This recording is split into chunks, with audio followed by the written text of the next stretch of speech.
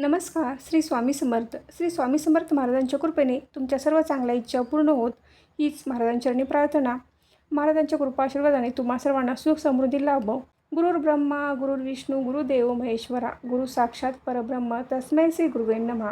रविवार 11 जुलै 2024ला गुरुपौर्णिमा आहे. गुरुपौर्णिमा ही गुरु शिष्याच्या नात्याचे प्रेमाचे आदर्श प्रतीक मानले जाते. आपल्या गुरुवर प्रेमाचा, आदराचा, भक्तीचा वर्षाव करून त्यांच्या कृपेचा आशीर्वादास प्राप्त करण्याचा हा दिवस. सर्व विद्या, वेद, पुराण यांचे माहेरघर, मूळ स्तोत्र, आद्य गुरु म्हणून महर्षी व्यास यांचे अनन्यसाधारण महत्त्व आहे. म्हणून गुरुपौर्णिमेस व्यास पौर्णिमा असेही म्हणतात. गुरुबद्दल श्रद्धा, कृतज्ञता व्यक्त करण्याचा हा दिवस. या 21 दिवसांच्या काळात आपण आपल्या गुरूंची, श्री स्वामी समर्थ महाराजांची कोणकोणती सेवा करू शकतो हे तुम्हाला मी आजच्या व्हिडिओमध्ये सांगणार आहे. या गुरुपौर्णिमेच्या काळात आपण 1 जुलै ते 21 जुलै या काळात आपण 21 दिवसांचे श्री स्वामी चरित्र सारामृताचे पारायण करू शकतो. श्री स्वामी चरित्र सारामृतांची कोणती पोथी वाचावी तर तुमच्याकडे दिंडोरप्रणीत पोथी असेल तरी ती वाचू शकता, किंवा तुमच्याकडे दुसरी पोथी श्री स्वामी चरित्र सारामृताची असेल तर तीही तुम्ही वाचू शकता. तुमच्याकडे कोणती पोथी आहे ती तुम्ही वाचू शकता. हे 21 दिवसांचे पारायण सुरू करण्याच्या अगोदर आपण श्री स्वामी समर्थ मंदिरात, केंद्रात किंवा मठात आदल्या दिवशी म्हणजे 30 जूनला आपण जाऊन एक नारळ, खडीसाखर अर्पण करावी व उद्यापासून आपण संकल्पयुक्त 21 दिवसाचे श्री स्वामीचरित्र सारामृत पारायण करणार आहोत ते सांगावे. आपल्या सर्व अडचणी महाराजांना सांगाव्यात. महाराजांना समोर आपले मन मोकळे करावे. महाराजांचा आशीर्वाद घ्यावा व 1 जुलैपासून आपण श्री स्वामीचरित्र सारामृत पारायण करण्यास सुरुवात करावी. या 21 दिवसांच्या कालावधीमध्ये आपल्याला मासिक धर्म येणार असेल तर तुम्ही 1 जुलैच्या अगोदरपासूनच सुरुवात करू शकता. म्हणजे 27, 28, 29, 30 तारखेपासून कधीही सुरुवात करू शकता. तुम्ही जर उद्यापासून सुरुवात करणार असाल तर तुम्ही आजच मंदिरात किंवा मठात जाऊन साखर व नारळ अर्पण करून महाराजांचा आशीर्वाद घ्यावा व उद्यापासून पारायणास सुरुवात करावी.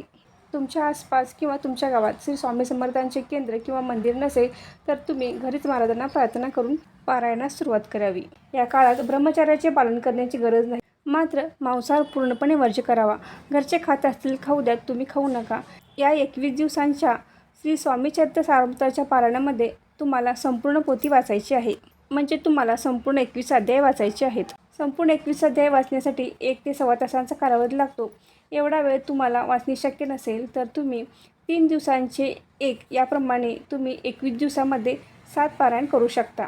म्हणजे तुम्ही सारामृतमधील रोज 7 अध्याय वाचावेत. रोज 7 अध्याय वाचल्याने तुमचे 3 दिवसात 1 पारायण पूर्ण होईल. असे 21 दिवसांमध्ये तुमचे 7 पारायण होतील. रोज शक्य असल्यास तुम्हाला 11 माळी श्री स्वामी समर्थ या मंत्राचा जप करावा. जर तुम्हाला 11 माळी जप करणे शक्य नसल्यास तुम्ही दिवसभरात हा जप सतत करावा. काम करत करत केला तरीही चालेल. याप्रमाणे तुम्ही गुरुपौर्णिमेच्या या 21 दिवसांच्या कालावधीमध्ये या दोन्हीपैकी म्हणजे 21 दिवसांचे 21 पारायण किंवा 3 दिवसांचे 1 पारायण याप्रमाणे 21 दिवसामध्ये तुमचे 7 पारायण होतील. ज्याच्या त्याच्या वेळेनुसार आपण हे पारायण करावे. 21 दिवस मांडणी करणे शक्य नसल्यास आपण पहिल्या दिवशी व सांगते दिवशी मांडणी करावी.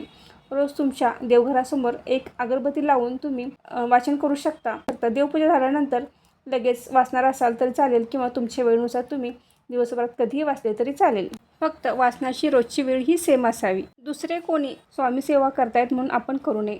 आपण मनापासून श्रद्धेने, विश्वासाने स्वामी सेवा करावी. स्वामींची सेवा करणे व स्वामींची साथ ही नशिबानेच मिळत असते. कोणी काही म्हणो, आपण त्याकडे लक्ष देऊ नये. करता आणि करविता तूच एक स्वामीनाथा म्हणून स्वामींची सेवा विश्वासाने करावी. वेळ आली की स्वामी इतके भरभरून देतात त्याचा आपण कधी विचारही केलेला नसतो. या 21 दिवसांच्या काळामध्ये आपण आपल्या गुरूंची, श्री स्वामी समर्थांची जितकी जमेल तेवढी सेवा करावी. आजच्या व्हिडिओमध्ये इथेच थांबते.